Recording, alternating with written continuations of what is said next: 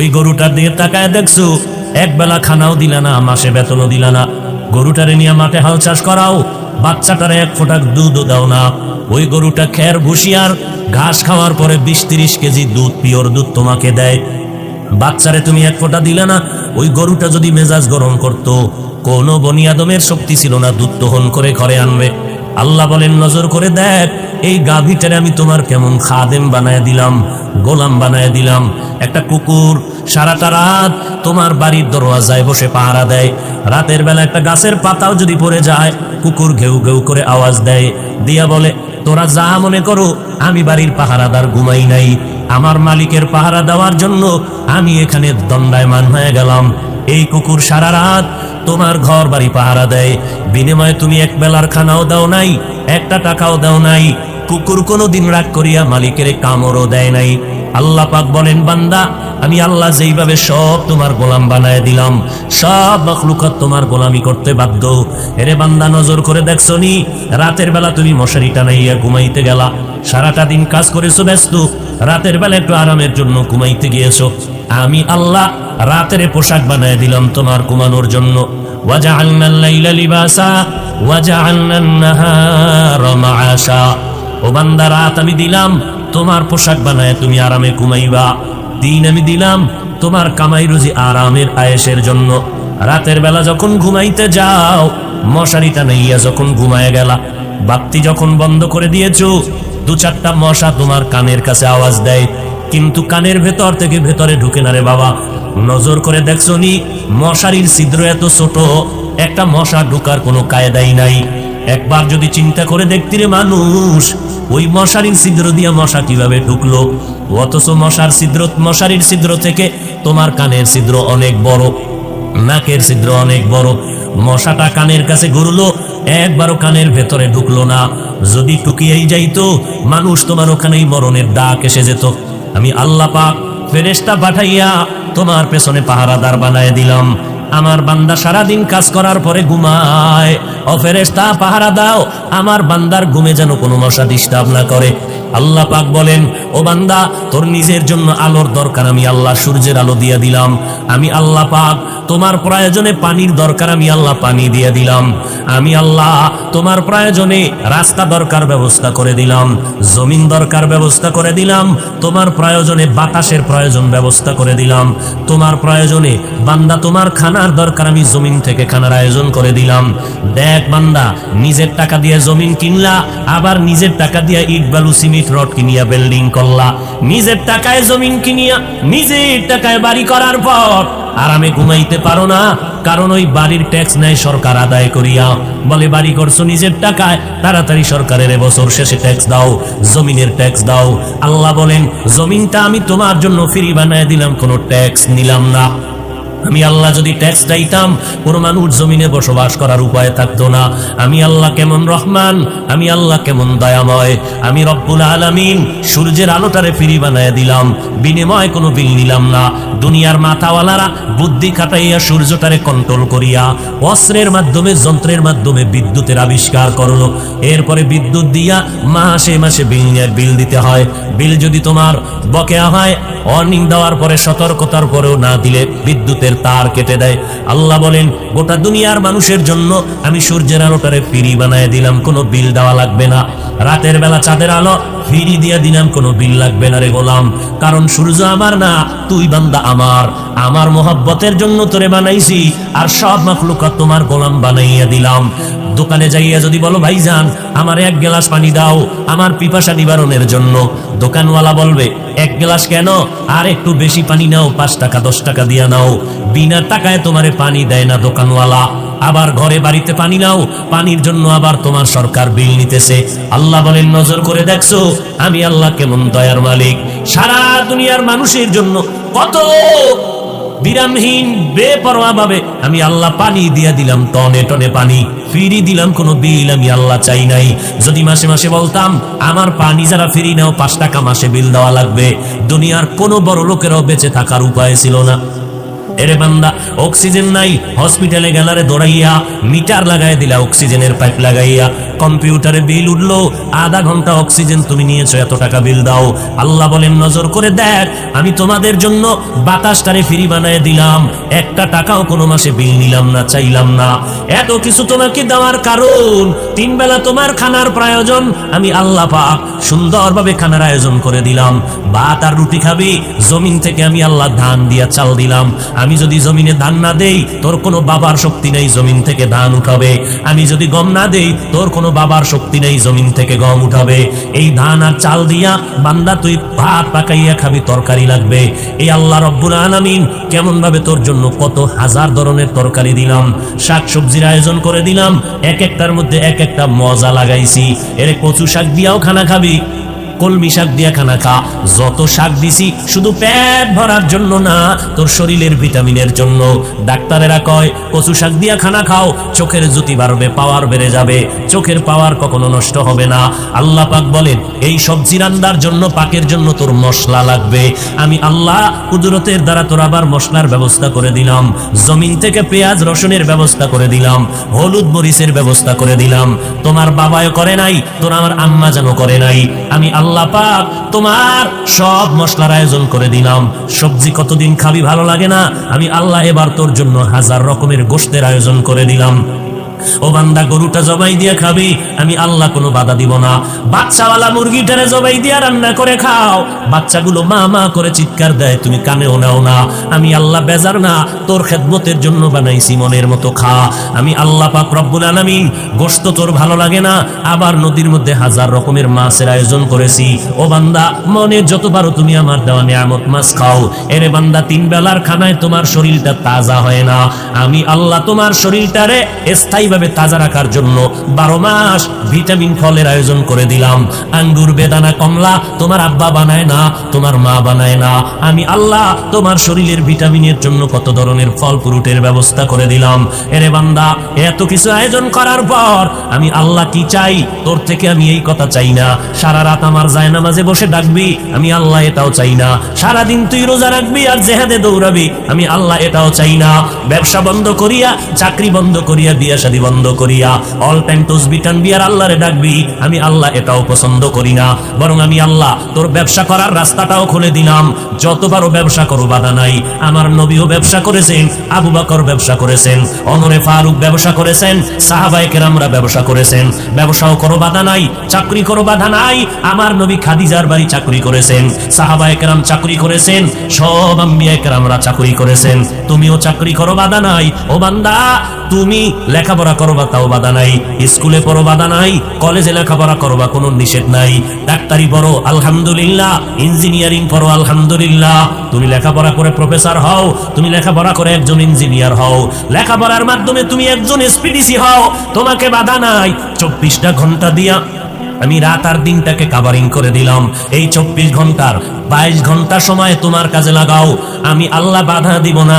22টা ঘন্টা তোমার সন্তানের পেছনে, ব্যবসার পেছনে, দোকানের পেছনে, চাকরির পেছনে দাও 22 ঘন্টা। 24টা ঘন্টার ভেতরে 22 ঘন্টা তুমি তোমার ব্যক্তিগত কাজে লাগাও। বাকি থাকলো মাত্র 2 ঘন্টা। এই 2টা ঘন্টা সময় একত্রেও লাগবে না, ভাগ ভাগ করিয়া তুমি ফাঁকে ফাঁকে একটু আল্লাহরে হাজিরা দিবা তোমার কল্যাণের জন্য। 2 ঘন্টা সময় একত্রে তোমার দেওয়ার টাইম নাই, এই জন্য আমি আল্লাহ ভাগ করে দিলাম। ফজরের 4 রাকাত নামাজে 20 মিনিট, আবার তুমি দোকানে চলে যাও। মাগরিবের নামাজে 20 মিনিট, আবার দোকানে চলে যাও। এশার নামাজ 9 রাকাতে 20 মিনিট দাও, আবার ঘরে চলে যাও। আসরের 4 রাকাত নামাজে 20 মিনিট দিয়া আবার তুমি খেলার মাঠে চলে যাও। ওরে আল্লাহর বান্দা, জোহরের 10 রাকাত নামাজে 20 মিনিট দাও, আবার তুমি তোমার কাছে চলে যাও। এরে বান্দা, রাতের বেলা এশার নামাজ পড়িয়া ঘরে যাও, সন্তানের পেছনে সময় দাও, স্ত্রীর পেছনে সময় দাও। এশার নামাজ পড়ে ঘুমাইয়া আবার ফজরের সময় যদি ওইটা নামাজ আদায় করো 4 রাকাত, আল্লাহ কয় নবী জানায় দেন, ঘুমাইয়া যেই সময়টা কাটাইলি ওই সময়টাও আমি আল্লাহ নেকের পাল্লায় ওজন দিয়া দিব। ও বান্দা, তোর মাথার ঘাম পায়ে ফালাইয়া সন্তানের জন্য যত টাকা ব্যয় করো, স্ত্রীকে যত কাপড় দাও, খানা দাও, আমি আল্লাহর জাতের কসম খেয়ে বলতেছি, মদিনার নবী জানায় দেন আমার বান্দারা যদি আমার মোহাব্বতে স্ত্রীকে খানা দেয়, সন্তানের কাপড় দেয়, আমি আল্লাহ এগুলো দান করলে যেই সওয়াব, ওই পরিমাণ সওয়াব আমি কিয়ামতের ময়দানে নেকের পাল্লায় দিয়ে দিব। দোকানে বৈশা বান্দা সময় কাটাইলি, হাত দিয়া কাজ করো, পা দিয়া কাজ করো, জবান দিয়া কোনো কাজ নাই, জিহ্বা দ্বারা তাসবিহ পড়ো, নবীর উপরে দরুদ পড়ো, কোরআন তেলাওয়াত করো, আল্লাহর নামের জিকির করো, আর মানুষের সাথে সদ্ব্যবহার করো। মিথ্যা কথা বলিয়া ব্যবসা করবা না, মাপের মধ্যে ভেজাল দিবা না, 1 টাকার মাল 5 টাকায় বিক্রি করে জালেমের খাতায় নাম উঠাইবা না। কোন মানুষ যদি মাল কিনিয়া ফিরাইয়া দেয়, অম্লান বদনে খুশি মনে ফিরাইয়া নিয়া নাও, টাকা দিয়া দাও, এই কথা বলিও না। আমার দোকানের মাল আবার বিক্রি করলে ফেরত নেওয়া হবে না। যদি নবীর তরিকায় ব্যবসা করো, তোমার এই ব্যবসার সময়টাও নেকের পাল্লায় দেওয়া হবে। এরে নবীর উম্মতের দল, আমি আল্লাহ তোমার থেকে কি চাইছি হিসাবে তো কিছুই চাইলাম না। ফজরে 20 মিনিট 4 রাকাত, জোহরের 10 রাকাতে 20 মিনিট, আসরের 4 রাকাতে 20 মিনিট, মাগরিবের 5 রাকাতে 20 মিনিট, আবার এশার 9 রাকাত নামাজে 20 মিনিট। এই 20 মিনিট 20 মিনিট করিয়া মাত্র 2টা ঘন্টার মতো সময় আল্লাহর মহব্বতে নিজের কল্যাণের জন্য দিবা। আজকেও দেখলাম হাদিসে নবী বলেন, যারা নামাজ ঠিক মতো পড়ে না, ওরা যদি আকিক পাথরের আংটি লাগাও, আর যত ধরনের আংটি লাগাও, পাথর লাগাও, আল্লাহর কসম 1 বার, আল্লাহর কসম 2 বার, আল্লাহর কসম 3 বার, জীবনে তোমার কামাই রুজিতে বরকত হবে না, জীবনে তোমার ব্যবসায় কোনোদিন বরকত হবে না। 5 বেলার নামাজ যারা ঠিক মতো পড়বে, আল্লাহর ফেরেশতারা তাদের জন্য দোয়া করে, ও আল্লাহ এই বান্দা তোমারে ভুলে না, তুমিও তারে ভুইলো না, এর রিজিকে বরকত দিয়া দাও, এর হায়াতে বরকত দিয়া দাও, ও আল্লাহ এর কৃত গুনাহ তুমি মাফ করে দাও। ফেরেশতারা আমার আল্লাহর দরবারে আমাদের জন্য গুনাহ মাফ চায়। ও আল্লাহর বান্দা, এত সুন্দর সুযোগ আমার আল্লাহ দেওয়ার পর সরকারের থেকে 1 টাকা আমরা নেই না, বরং আমাদের ট্যাক্সের টাকা সরকার নেয়, বিল নেয় সরকার, পানির বিল নেয়, বিদ্যুতের বিল নেয়, আমাদের গাড়ির ট্যাক্স নেয়, বাড়ির ট্যাক্স নিয়া সরকার জনগণের টাকায় চলে, এমপি মন্ত্রী সরকার, কর্মচারীরা জনগণের টাকায় চলে, সরকারের থেকে 1 টাকাও আমরা নেই না। এরপরেও দেখছো একটা আইন যদি অমান্য করো, সাথে সাথে তোমার গ্রেফতারি পরোয়ানা পুলিশ এসে হ্যান্ডকাপ লাগায় দিবে। আল্লাহ পাক কয়, রে বান্দা, সরকারের তোমার টাকায় আবার সরকারের একটু বিরোধিতা করলে, আইনের অমান্য করলে জেলখানায় দৌড়াইয়া যেতে হবে। আর আমি আল্লাহ তোমার থেকে তো কিছুই নিলাম না, বরং সব দিলাম, চাওয়ার আগে দিলাম, বিনিময়ে কিছুই চাই নাই। আমি আল্লাহ শুধু আইন করলাম 5 বেলার নামাজ পড়, মা বাবার খেদমত কর, উলামায়ে কেরামের পরামর্শ নিয়ে নেক আমল করো। যেই গাদ্দারেরা আমার দেওয়া নেয়ামত খাইয়া সূর্যের আলো, চাঁদের আলো, পানি বাতাস ভোগ করার পর যেই নিমক হারামার গাদ্দার, আল্লাহকে মানবা না, নবীর তরিকা মতে চলবা না, আল্লাহর বিরোধিতা করবা, নবীর বিরোধিতা করবা, আমি আল্লাহ তোমাদের তো ছেড়ে দিতে পারি না। তোমাদের মতো গাদ্দারের জন্য আমি আল্লাহ জাহান্নাম বানায়া রাখছি। তবে আমি আল্লাহ যতই অন্যায় করো, আমি তওবার দরজা দিয়া প্রতিদিন তোমারে ডাকতে থাকি, ইয়া ইবাদিয়াল্লাযীনা আসরাফু আলা আনফুসিহিম লা তাকনাতু মির রাহমাতিল্লাহ। পাহাড় সমপরিমাণও যদি গুনাহ করো, আমি আল্লাহর দরবারে মাথা নত করে 2 ফোঁটা চোখের পানি ছেড়ে তওবা করো। আল্লাহ বলেন, তওবা যদি করতে পারো, আমি এমন ভাবে পবিত্র বানায় দিব, মনে হয় যেন তুমি জীবনে একটা গুনার কাছেও যাও নাই, এমন ভাবে আমি আল্লাহ পবিত্র বানায় দিব। এই জমিনে কত বড় বড় বেঈমান আর নাফরমানেরও তো আমার আল্লাহ তওবার বিনিময়ে মাফ করে দিয়েছেন। কত বড় বড় বড় বড় গুনাহগার, সীমাহীন, এমন কোন গুনাহ নাই করে নাই, আল্লাহ পাক পরিশেষে তারে মাফ করে দিয়েছেন। আল্লাহর এক বান্দি এমন কোন গুনাহ নাই করে না, একটা নারী দুনিয়ার সব আমার অন্যায় করিয়া আল্লাহর বান্দি রাস্তা দিয়ে হাঁটতেছে, হঠাৎ নজর করে দেখে রাস্তার পাশে একটা কুকুর জিহ্বা বের করে কাঁদতেছে পানির পিপাসা। আল্লাহর বান্দি জাহান্নামী গুনাহগার দৌড়াইয়া চলে গেল পানির নিকটে, পানি আইনা কুকুরের পান করাবে, কিন্তু পানি নেওয়ার মতো কোনো পাত্র নাই। ওই মহিলা জাহান্নামী নারীটার পায়ে ছিল চামড়ার মোজা, চামড়ার মোজাটা খুলিয়া যখন পানি কূপের থেকে উঠাবে, দেখে পানি আরো নিচে, মোজা দিয়েও উঠানো যায় না, হাতের নাগালে পাওয়া যায় না। আল্লাহর বান্দি গুনাহগার, এবার মাথায় ছিল বান্দির ওড়না লাগানো, একটা জাহান্নামী গুনাহগার নারী রাস্তা দিয়া ওড়না মাথায় দিয়া যায়, আর আমার মুসলমান সন্তানের মা বোনেরা রাস্তা দিয়া যায়, ওড়না পরে না, যাও পরে তাও গলার মাফলা বানাইয়া রাখে।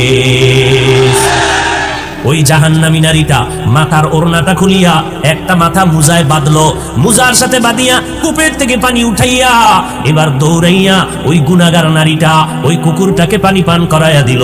সাথে সাথে আমার নবী ডাক দিয়া কয়, সাহাবায়ে কেরাম, ওই বান্দি যখন কুকুরের পানি পান করাইলো মোহাব্বত নিয়া, কুকুর কষ্ট পাইতেছিল, ওই মহিলার এতটুকু খেদমতে আমার আল্লাহ এত খুশি হয়ে গেলেন। আল্লাহ পাক গাইবি আওয়াজ দিয়া কয়, রে বান্দি, জীবনে যত গুনাহ করছো আমি আল্লাহ তোর সব গুনাহগুলো মাফ করে দিলাম।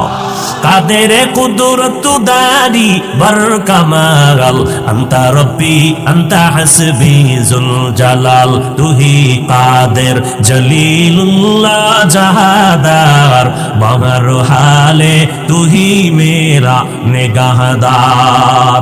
এর এলাকার মুসলমান যুবক, ও পর্দার আড়ালের মা বোনেরা, ও বৃদ্ধ বাবাজি, কয়দিন আর দুনিয়ার বাহাদুরি করবা? এই দুনিয়ায় বড় বড় ক্ষমতাওয়ালা টাকাওয়ালা বাহাদুর নমরুদ, হামান, ফেরাউন, সাদ্দাত কেউ তো বাঁচতে পারলো না। ও আল্লাহর বান্দারা, কত এই মহামারী করোনায় কত তাজা তাজা প্রাণ চলে গেল। ও যুবক ভাই, আল্লাহর মোহাব্বত নিয়ে তওবা করে নাও। অনেকে মনে মনে ভাবে হুজুরদের কথা মানিয়া যদি আমরা নবীর তরিকা মেনে চলি স্বাধীনতা নষ্ট হয়ে যাবে। আমি বিবেকের কাছে প্রশ্ন করি, ও যুবক ভাইরা, শিক্ষিত মুসলমানেরা, জবাব দাও। আজকে আমরা যারা নবীর তরিকা মেনে চলি, আপনারা যারা নবীর তরিকা মানেন না, নামাজ নাই, রোজা নাই, পর্দা নাই, দাড়ি নাই, টুপি নাই, বলেন আপনারা আমাদের থেকে কত আরামে আছেন, কি পরিমাণ শান্তিতে আছেন? খোদার কসম করে বলি, ও মুসলমানেরা, চোখের সামনে বলতেছি, গোপন কোনো কথা না, আপনারা যতই মনে করেন আমাদের থেকে স্বাধীন আছেন, আল্লাহর কসম আপনারা আমাদের থেকে স্বাধীন নাই। বরং আমরা টুপিওয়ালা দাড়িওয়ালারাও দেখতেছি আপনারা নবীর তরিকা বাদ দিয়াও যেমন 3 বেলা খান, আমরা নবীর তরিকা মানার পরেও তো 3 বেলা খাই। আপনারা নবীর তরিকা বাদ দিয়া বাজার করেন, ব্যবসা করেন, চাকরি করেন, আমরা নবীর তরিকাওয়ালারাও তো বাজার করি, ব্যবসা করি, চাকরি করি।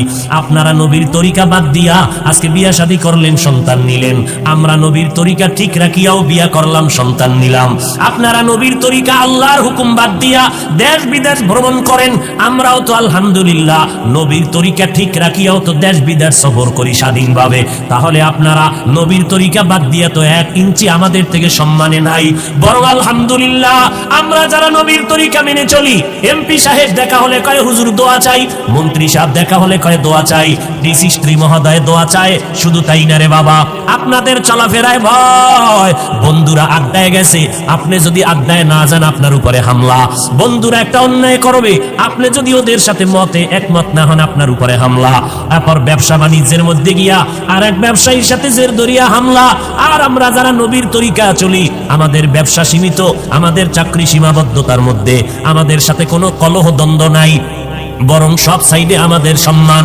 নামাজের আজান হয়ে গেল, সাইনবোর্ড লাগাই দিলাম, নামাজের বিরতি, বেচা কেনা বন্ধ, সাতার টান দিয়া নামাজি ব্যবসায়ী লোকটা নামাজে চলে গেল, কারো সাথে বান্দার কোনো ঝগড়া নাই।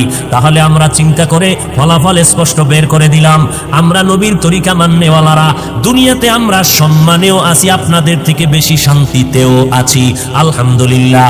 এবার বলবেন হুজুর, তো আপনাদের মতো কি আমরা পাগড়িওয়ালা হতে পারবো? না, পাগড়িওয়ালা হওয়ার দরকার নাই। আমাদের মতো আপনাদের লম্বা জামা পরিয়া মক্কার ইমাম হওয়া লাগবে না, বরং আপনার লাইনে থাকিয়া শুধু অনুরোধ একটা আপনার বিবেকের কাছে, আপনার ডানে বামে তাকাইয়া নজর করে দেখেন, আপনার মতো যুবক স্কুলে পড়ে, কলেজে পড়ে, 5 বেলার নামাজি দাড়িওয়ালা আছে না নাই? তাহলে আপনি নিজেরে প্রশ্ন করেন, আপনি কেন পারেন না? আপনার আমার মতো যুবক গাড়ি চালায়, ড্রাইভারি করে, শ্রমিকের কাজ করে, 5 বেলার নামাজির অভাব নাই, আপনি কেন পারবেন না? আমার মনে হয় আল্লাহ আপনার উপরে বেজার, মা বাবার বড়দোয়া লাগছে আপনার উপরে। না হয় এত বয়ান করার পরেও কেন তওবা করেন না? আপনার আমার মতো যুবক র্যাব, আর্মি, পুলিশ, বিডিআরের চাকরি করে, 5 ওয়াক্ত নামাজির অভাব নাই, আপনি কেন পারবেন না? আপনার আমার মতো বান্দা এমপি, মন্ত্রী, কোটি টাকার মালিক, ব্যবসা করে, হালাল ভাবে, হারাম খায় না, নামাজির অভাব নাই, আপনি কেন পারবেন না? আল্লাহর কাছে এখনো সময় আছে, তওবা করে নেন। মনটাকে বুঝাইতে থাকেন, এরে মন, আজকে দুনিয়ার ডানে বামে বন্ধু বান্ধবের অভাব নাই, বাড়ি গাড়ি, টাকা পয়সার অভাব নাই, কিন্তু যেদিন আমার চক্ষু দুইটা চিরতরে বন্ধ হয়ে যাবে, ওই দিন আমার আপনজনেরা গেঞ্জিটা বেলেট দিয়ে কেটে রাখবে, সাদা 3টা কাফনের প্যাকেট বানাইয়া কবরে নিয়ে যাবে। ওই অন্ধকার কবরে আমার আপন বলতে কেউ থাকবে না, ওই কবরে ডানে মাটি বামে মাটি, অন্ধকার। ওই কবরে যাওয়ার পরে তিনটা প্রশ্ন করা হবে। রবের পরিচয় দাও, ধর্মের পরিচয় দাও, রাহমাতুল লিল আলামিনের পরিচয় দাও। ওই কবরে কাউকে জিজ্ঞাসা করা হবে না তুমি কয় টাকার মালিক, তুমি কত লেখাপড়া করেছো, তুমি ধনী না গরিব, আলেম না মূর্খ, একবারও জিজ্ঞাসা করা হবে না। নবী বলেন এই তিনটা প্রশ্নের জবাব যারা দিবে তাদের কবর হবে জান্নাতের বাগান, যারা জবাব দিতে পারবে না তাদের কবর হবে জাহান্নামের গর্ত। নবী বলেন কারা পারবে? দুনিয়াতে যারা রবের গোলামি করে যাবে, কবরে গিয়ে তারা জবাব দিবে রব্বি আল্লাহ। দুনিয়াতে যারা ইসলাম মেনে চলবে, কবরে গিয়ে জবাব দিবে দীনিয়াল ইসলাম। দুনিয়াতে যারা নবীর সুন্নতের আমল করবে, কবরে গিয়ে নবীকে দেখে ফেলবে, আল্লাহ অর্ডার করবে ফেরেশতা এই বান্দাটা দুনিয়াতে কষ্ট করেছে নবীর দিন কায়েমের জন্য, এখন আর কষ্ট দিও না, বেহেশতের বিছানা কবরে দাও, 3.5 হাত কবরকে বড় একটা বালাখানা বানাও, জান্নাতের সাথে রাস্তা বানায় দাও, আমার বান্দা এখন আরামে ঘুমাবে কিয়ামত পর্যন্ত। নবী বলেন প্রশ্নের জবাব যারা দিতে পারবে না, কারা পারবে না? যারা দুনিয়াতে রবের গোলামি করে না, নবীর সুন্নাত মানে না, ইসলাম মানে না, এরা কবরে গিয়া একটা প্রশ্নের জবাবও দিতে পারবে না। আল্লাহর নবী বলেন তখন আমার আল্লাহ রাগান্বিত হইয়া ফেরেশতাকে বলবে, ফেরেশতা এই নাফরমান গুনাহগার দুনিয়াতে আমি কম সুযোগ দেই নাই, আমার দেওয়া পানি বাতাস চন্দ্রের আলো সূর্যের আলো ভোগ করিয়া, আমার দেওয়া নদীর মাছ গাছের ফল জমিনের ফসল খাইয়া এত বড় নিমক হারাম একবারও আলহামদুলিল্লাহ বলে নাই। ওলামায়ে কেরাম নামাজের কথা বলতো পায়ে ধরিয়া, একবারও মসজিদে গিয়া নামাজ আদায় করে নাই। এখন আর সময় দিও না, কবরের মধ্যে জাহান্নামের বিছানাটা দাও, জাহান্নামের সাথে রাস্তা বানাইয়া দাও। একটা না দুইটা না, কবরে 99টা সাপ এসে পড়ে যাবে। আল্লাহ পাক রাগান্বিত হইয়া বলবেন, ও কবরের মাটি, এই নাফরমান গুনাহগারকে দুই পার্শ্ব থেকে জোরে জোরে চাপ দাও। কবরের দুই পার্শ্বের মাটি এত জোরে চাপ দিবে পাজরের হাড়গুলো চুরমার হয়ে যাবে। ও আল্লাহর বান্দা বান্দিরা, একটা মশার কামড় সইতে পারো না, ওই কবরে মাটির চাপ কেমন করে সহ্য করবা? যদি বলো না সহ্য করতে পারবো না, তো এখনো সময় আছে, তওবা করে নাও। অন্তর দিয়ে আমার আল্লাহকে মনে মনে ডাকো আর বলো, হে মালিক, এই ময়দানে আমার মতো গুনাহগার কেউ নাই, আমার গুনার খবর আমার মা, আমার বাবা, আমার ভাই বোনেরা, স্ত্রী পরিবারের কেউ জানে না। আয় আল্লাহ, আপনি জানার পরেও তো রাগ করিয়া পানি বন্ধ করেন নাই, বাতাস বন্ধ করেন নাই, খানা বন্ধ করেন নাই। ও আল্লাহ, আজকে তওবার নিয়ত করে ফেললাম, আজকে থেকে আর নামাজ ছাড়বো না, বেপরদায় চলবো না, দাড়ি আর কাটবো না, মা বাবাকে কষ্ট দিব না, ওলামায়ে কেরামের বিরুদ্ধে যাব না, নবীর সুন্নাত অনুযায়ী চলবো, দেশ ও জাতির বিরুদ্ধে কোনো ষড়যন্ত্রে লিপ্ত হব না। তওবা করার যদি নিয়ত থাকে, মুনাফিকি যদি না থাকে, অন্তরের খবর আমার আল্লাহ জানতেছেন, দেখতেছেন। যাদের অন্তরে তওবার খাঁটি নিয়ত আছে, তারা দুইটা হাত আমার আল্লাহকে দেখাইয়া দেন। আয় আল্লাহ, হাতগুলো কবুল করে নেন, তওবা কবুল করে নেন, তওবার উপরে মজবুত হইয়া চলার মতো তৌফিক দান করেন, আমিন। আলা ইন্না ফিল জাসাদি মুদগাহ ইযা সালুহাত সালুহাল জাসাদু কুল্লু ওয়া ইযা ফাসাদাত ফাসাদাল জাসাদু কুল্লু আলা ওয়া হিয়াল কলব।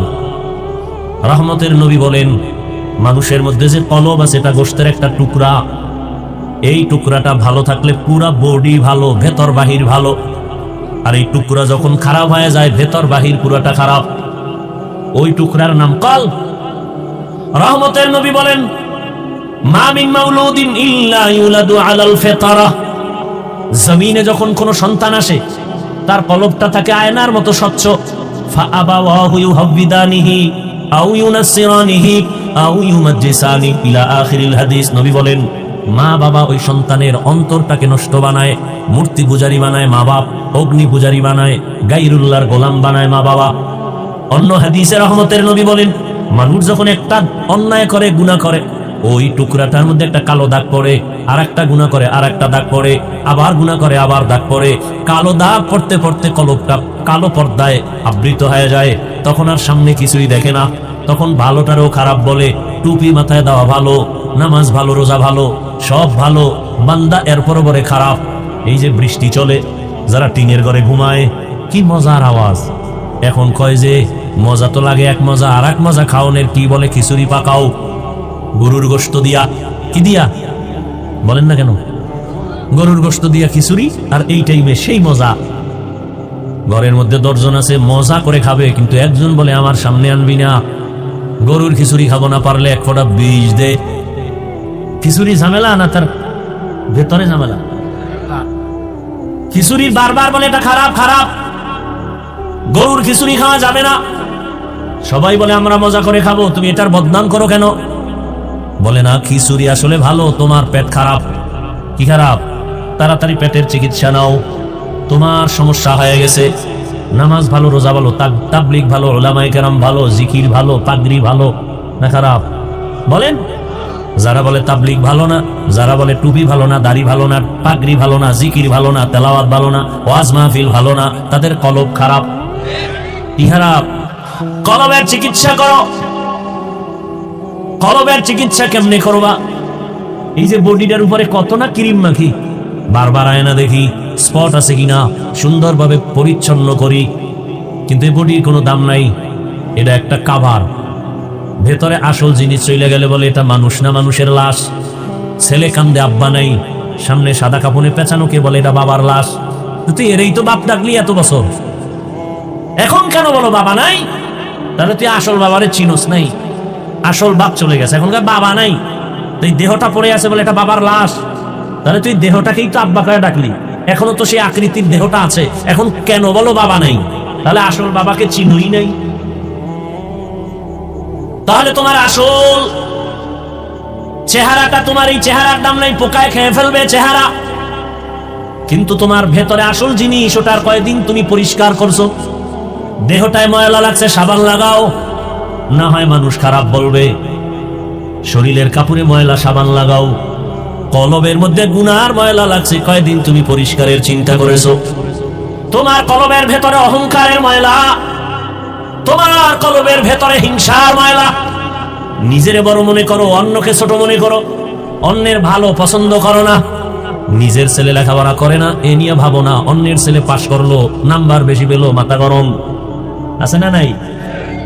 কলবের ভেতরে তোমার হিংসার ময়লা, অহংকারের ময়লা, কলবের ভেতরে কিবিরের ময়লা, অহংকার, আমি ভালো, আমার সব ভালো।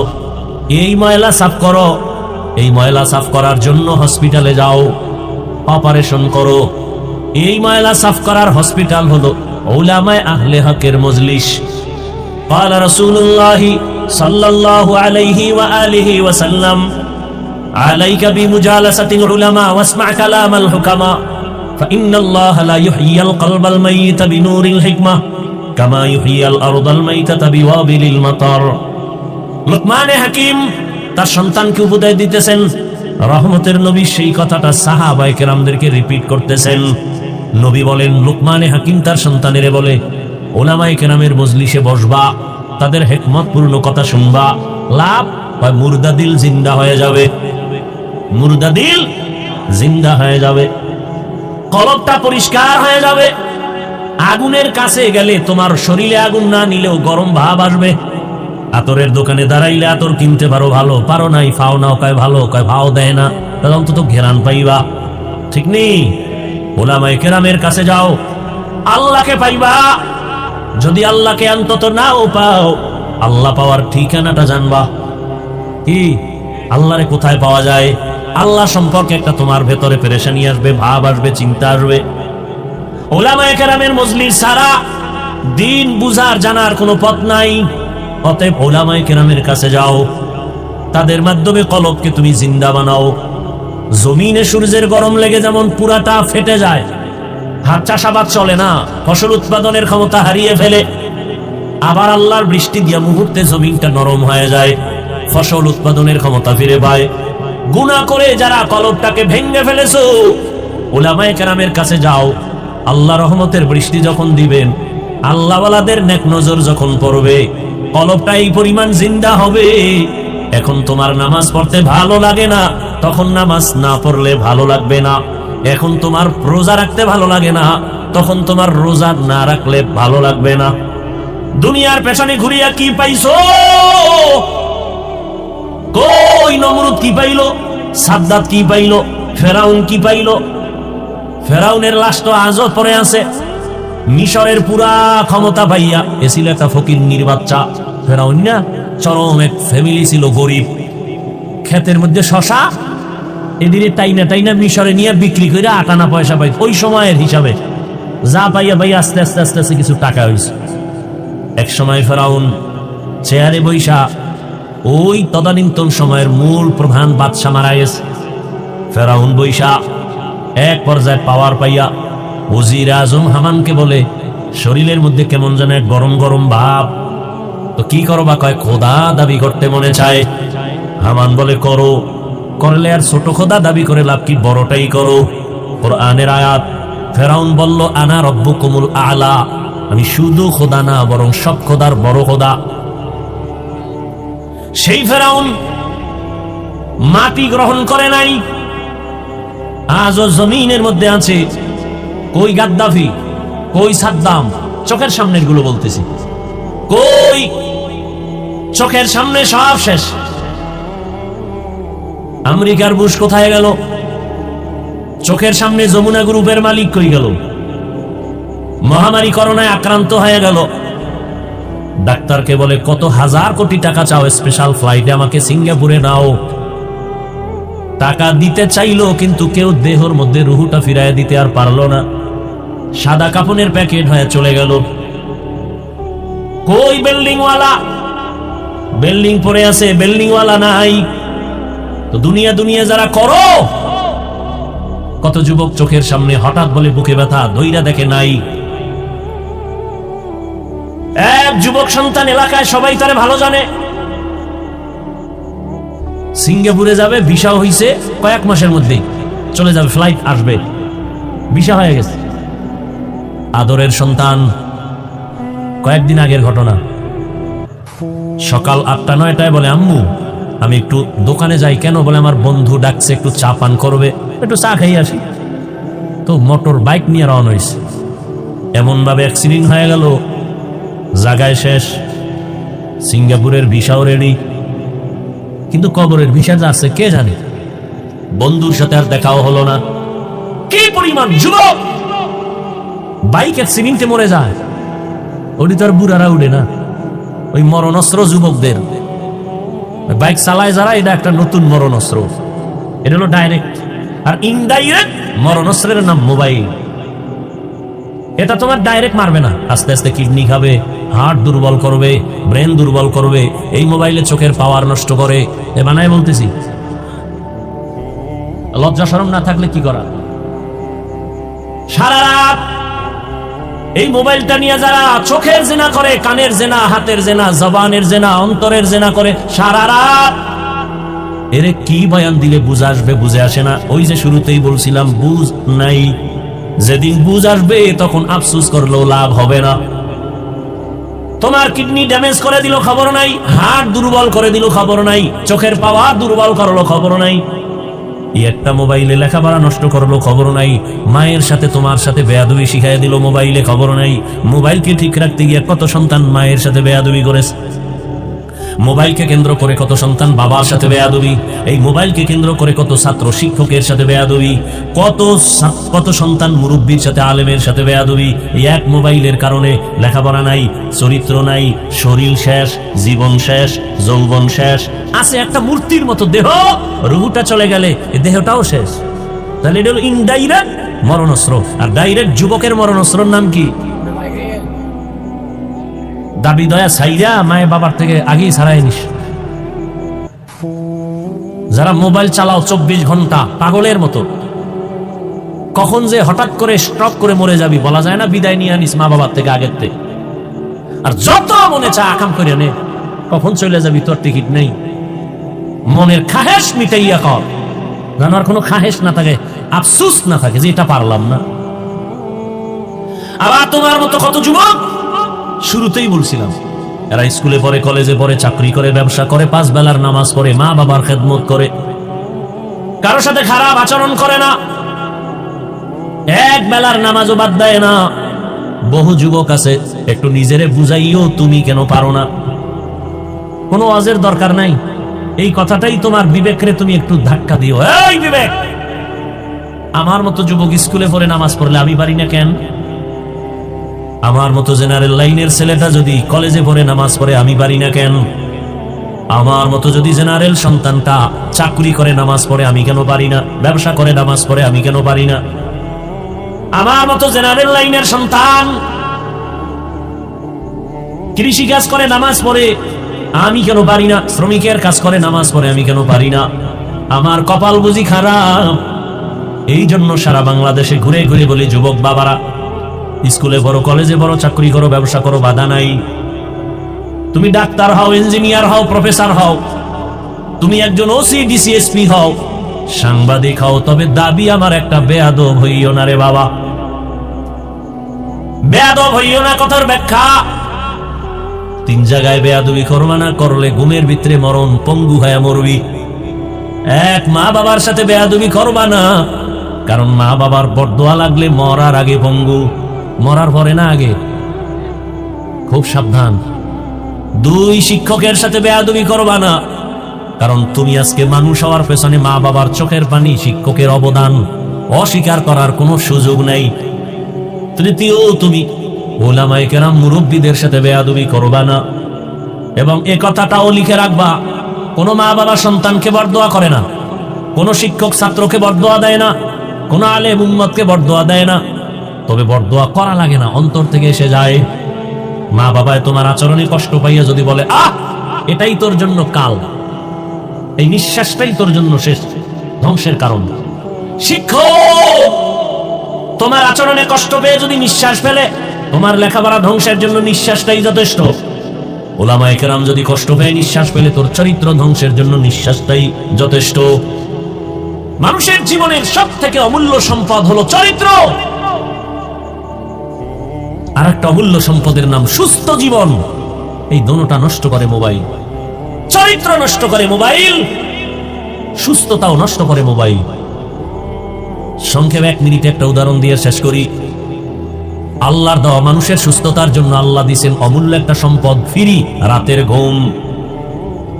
সারাদিন তুমি ঘুমাইলেও রাতের 1 ঘন্টা ঘুমের বরকত হবে না। সেই রাতের ঘুম শরীরের ঔষধ, তাও কিন্তু প্রথম রাতের অংশের ঘুম ঔষধ না, রাতের শেষ অংশের ঘুম ঔষধ না, মধ্যখানের ঘুম। কোন ঘুম?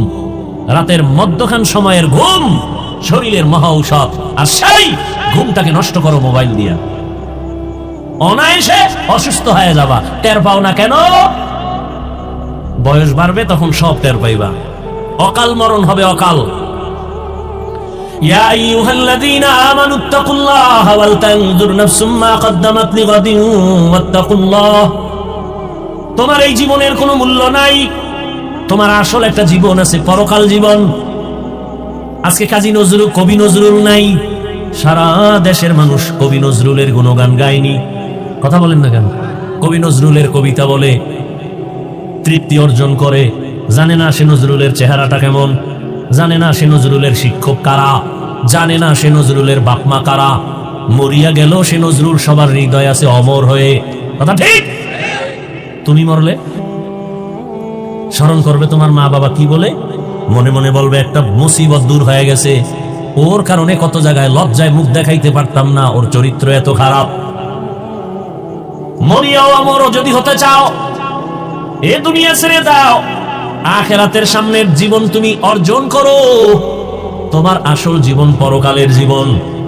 এই আমরা যারা দুনিয়া দুনিয়া বাদ দিয়া চেষ্টা করি আখিরাত আখিরাত, এই চিন্তায় নামাজ পড়লাম, দাড়ি রাখলাম, টুপি পরলাম, জিকির করি, তেলাওয়াত করি, পর্দা করি, হালাল খাই, বলতো আমাদের থেকে সম্মান কমে গেছে? বরং আল্লাহর জাতের কসম, এখনো কোরআনওয়ালা রসুলের আদর্শওয়ালাদের মতো শান্তিতে আর সম্মানে জমিনে কেউ নাই। আর যারা আখিরাত বাদ দিয়া শুধু দুনিয়া দুনিয়া দুনিয়া দুনিয়া করে পাগলের মতো ঘুরছে, আজকে তারা দুনিয়াও পেল না, আখিরাত তো পাবেই না। কই দুনিয়া? কিচ্ছু নাই, শেষ। চেয়ারম্যানের চেয়ারের মেয়াদ শেষ, এমপি সাহেবের চেয়ারের মেয়াদ শেষ। আল্লাহর রহমতে যারা আমরা নবীর আদর্শে আমগো চেয়ারের মেয়াদ শেষ হবে দূরের কথা, মেয়াদি নাই। শেষ হবে কি? মেয়াদি নাই। এটার কারণ কি? টাকা দিয়া সম্মান কিনলে প্রথমে ফুলের মালা, ফাইনালে জুতার মালা। আর আমার মাওলার দেওয়া সম্মান হলো দুনিয়ায়ও বাদশাহ, পরকালেও বাদশাহ। এজন্য আখিরাতের মালা গলায় লাগাও। কই আমরা যারা দুনিয়া বাদ দিয়ে চলি, কই আমগো ব্যবসাও চলে, চাকরিও চলে। আচ্ছা আখিরাত মানে কি ব্যবসা করা যাবে না, চাকরি করা যাবে না? সব যাবে, বাকি আখিরাত বানায় করতে হবে। কি করতে হবে? ও যুবক বাবারা, তোমরা দুনিয়া দুনিয়া করিয়া 3 বেলা খাও, আমরা আখেরাত আখেরাত বলিয়া এক বেলা খাই। এই মোনাজাত দিয়ে দেবো এক্ষুনি, বুঝো? তোমরা দুনিয়া দুনিয়া বইলে কয় বেলা খাও? এক বেলা। আর আমরা আখেরাত আখেরাত বইলে কয় বেলা খাই? তো তুমি আমার থেকে আগাইলা কই? তোমরা দুনিয়া দুনিয়া কইয়া রাতে ঘুমাও, আমরা আখেরাত বলিয়া রাতে ঘুমাই। তুমি দুনিয়া দুনিয়া করিয়া আজকে তুমি বান্দা বিভিন্ন দেশে ঘুরো, আমরা আখেরাত আখেরাত বলিয়া আমরা দেশ বিদেশে ঘুরি।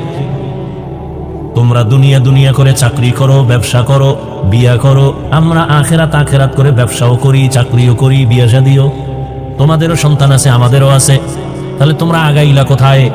কই আমাদের তো খানা বন্ধ হয় নাই, ঘুম বন্ধ হয় নাই, চাকরি বন্ধ হয় নাই। হয়তো বা তোমাদের তুলনায় 10তলা বিল্ডিং নাই, টাকার পাহাড় নাই, কিন্তু আমাদের কাছে যে সম্মান আছে সেটা তোমাদের কাছে নাই। তাহলে আমরা আখেরাত বলতে গিয়া তো কই দুনিয়াতে সম্মান কমে নাই, খানা বন্ধ হয় নাই। বরং তোমরা দুনিয়া দুনিয়া করি এক সময় বাড়ি কইরা বাড়ি বেচছো, বাড়ি তুইয়া পালাল।